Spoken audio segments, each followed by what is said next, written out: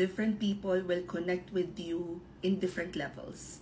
And I want to be that face na maging reminder sa lahat ng hindi nakatapos ng college or pinagdamutan ng kapalaran or palaging nabubuli or laging nasasabihan na wala kang future, na hindi naman huli pa para baguhin mo yung iyong buhay. Here, everyday nagpo-post ako ng bagong videos na pwede nyo sundan na some sort of roadmap kung gusto nyo na maging freelancer, virtual assistant, or gusto nyo na mag-work from home gamit ang computer at internet. Nakita ko lang tong comment na to.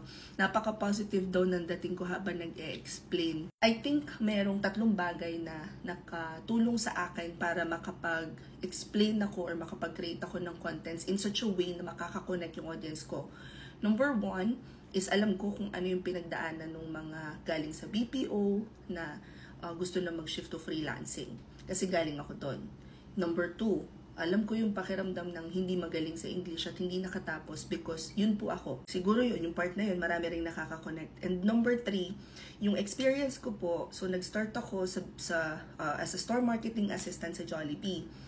16, 17 years old ako nito. I had my kid when I was 16, so kailangan ko na mag-work. Doon ako nagsimula, as in from the bottom. Nag-store marketing assistant ako sa Jollibee. Pagkatapos, nag-work ako sa call center. And then, promote ako sa call center. Tapos, nung ma-promote ako sa call center, I've had so many trainings. As in, so many certifications, trainings. Kasi ganun nung unang panahon sa call center eh. Ma-promote nga ako, tinatanong ko pa yung sarili ko. Hindi ko alam kung anong meron ako, pero na-promote ako dahil.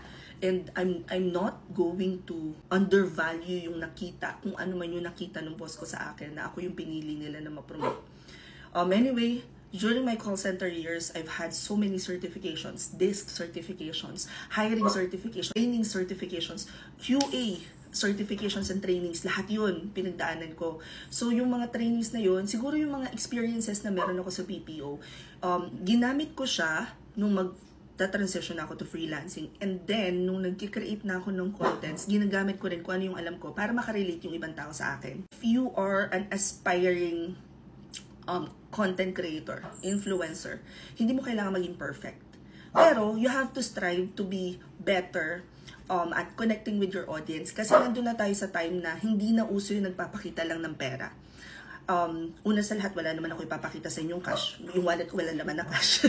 Na uso yung nagpapakita lang ng yaman. Ang mga nabobola na lang ng mga tao na nagpapakita ng yaman is yung mga pera lang ang habol. Right now, after pandemic, parang mas naging matalino na ang audience online. So yun, thank you. Dahil feeling mo positive ako, may mga tao na feeling, minsan nagpo-post ako ng negative, lalo na pag tinatamaan sila sa mga patama ko, sa mga blind item ko. And I couldn't care less because what's important for me is that I connect with the right people at the right time. Comment any questions you guys have about working from home. Follow for more work from home chismis. Bye! Oh, also pahabol, hindi naman talaga ako mabait. Ang kagandahan sa audience ko, alam nila na hindi talaga ako mabait.